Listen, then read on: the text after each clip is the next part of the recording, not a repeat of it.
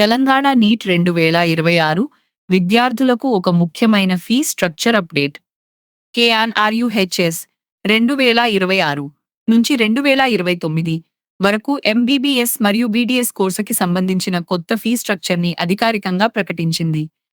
అయితే ఇందులో ముఖ్యమైన విషయం ఏంటంటే 2026 టు 2029 బ్లాక్ పీరియడ్కి కొత్తగా ఫీ హైక్ చేయలేదు. 2023 టు 2026 బ్లాక్ పీరియడ్కి ఉన్న ఫీ స్ట్రక్చర్నే 2026 టు 2029 బ్లాక్ పీరియడ్కి కూడా కొనసాగించాలని ప్రభుత్వం నిర్ణయించింది. ఇప్పుడు ఎంబీబీఎస్ ఫీజు గురించి చూద్దాం. తెలంగాణలోని ప్రైవేట్ అన్ఎయిడెడ్ నాన్ మైనారిటీ మరియు మైనారిటీ మెడికల్ కాలేజ్లో కేటగిరీ ఏ ఎంబీబీఎస్ సీట్స్కి సంవత్సరానికి 60,000 రూపాయలు. కేటగిరీ బిలో కాలేజీని బట్టి ఫీ మారుతుంది. ఆఫీషియల్ ఫీ స్ట్రక్చర్ ప్రకారం చాలా కాలేజ్లో కేటగిరీ బికి సంవత్సరానికి 11,55,000 నుంచి 13 లక్షల రూపాయలు వరకు ఉంది. కేటగిరీ సి సీట్స్కి సంబంధిత కేటగిరీ బి ఫీకి గరిష్టంగా 2 రెట్లు వరకు ఫీ ఉండవచ్చు.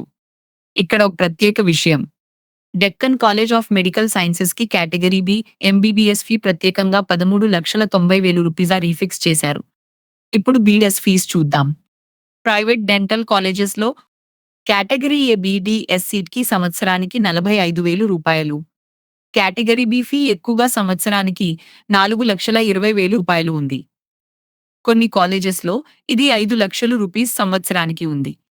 కేటగిరీ సి బీడీఎస్ సీట్స్కి సంబంధిత కేటగిరీ బి ఫీకి గరిష్టంగా 1.25 రెట్లు వరకు ఫీ వసూలు చేయవచ్చు. మరో ముఖ్యమైన విషయం, ఈ fee structure private unaided non minority మరియు మైనారిటీ మెడికల్ అండ్ డెంటల్ కాలేజెస్కి, అలాగే army college of dental sciences సికింద్రాబాద్కి వర్తిస్తుంది. అలాగే 2026 టు 2029 బ్లాక్ పీరియడ్లో ఏదైనా కొత్త ఇన్స్టిట్యూషన్కి ఫ్రెష్ అఫిలియేషన్ వస్తే ఈ గవర్నమెంట్ ఆర్డర్స్ ప్రకారం నిర్దేశించిన అత్యల్ప ఫీ స్ట్రక్చర్ ఆ ఇన్స్టిట్యూషన్కి వర్తిస్తుంది. కాబట్టి ఈ నోటిఫికేషన్లోని ప్రధాన విషయం ఒక్కటే, 2026-29కి కొత్తగా ఫీ పెంచలేదు. 2023-26లో ఉన్న ఫీ స్ట్రక్చర్నే 2026-29 కూడా కొనసాగించారు. ఈ ఆఫీషియల్ నోటిఫికేషన్ ఆగస్టు 11, 2026న కేఎన్ఆర్యుహెచ్ఎస్ విడుదల చేసింది. కాబట్టి మీరు తెలంగాణలో ఎంబీబీఎస్ లేదా బీడీఎస్ కౌన్సిల్కి అప్లై చేస్తున్నట్లయితే మీ కేటగిరీకి సంబంధించిన ఫీ స్ట్రక్చర్ని ముందుగానే తెలుసుకుని కాలేజ్కి రిపోర్టింగ్ చేసే ముందు అఫీషియల్ ఫీ డీటెయిల్స్ని తప్పకుండా వెరిఫై చేయండి.